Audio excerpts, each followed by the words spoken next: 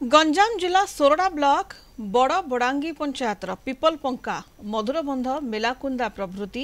10टी गाँ को रास्ता नहीं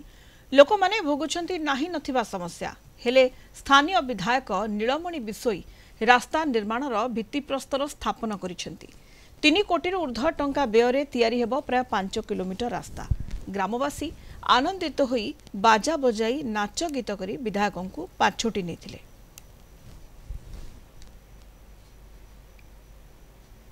तो रास्ता तो बहुत समस्या थिला इनकी कादो रास्ता तला रास्ता भी एठी नथिला तो लोक माने चाउल आनियो बोले बहुत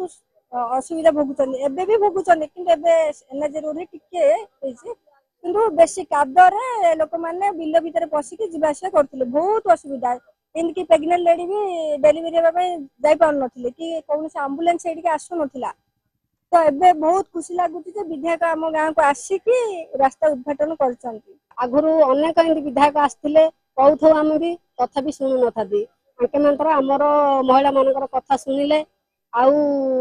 आसिले भी आम टी बहुत खुशी लगिला आम आशा करूँ जे आके जल्दी आम रोड घाट संपूर्ण करेंगे विधायक आज्ञा आसुच्च उद्घाटन कर रास्ता निमंते यही रास्ता दे 7 खंड गाँ कि 10 खंड गाँ एवं अनेक रही आमर जो चलवा चपते सेपटे काटिंग आपते सेपटे सर्टकट पड़ो उद्घाटन होता हेतु कार्य आरंभ हेले अति आनंदित एवं खुशी होबार संभावना अच्छी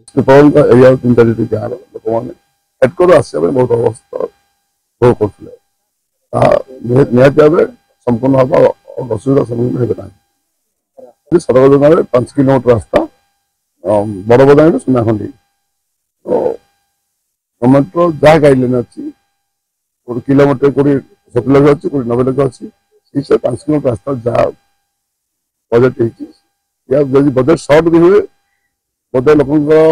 कल्पना आउ कि किलोमीटर 2 किलोमीटर सर्ट हो पाए सर्ट भी हम व्यवस्था कर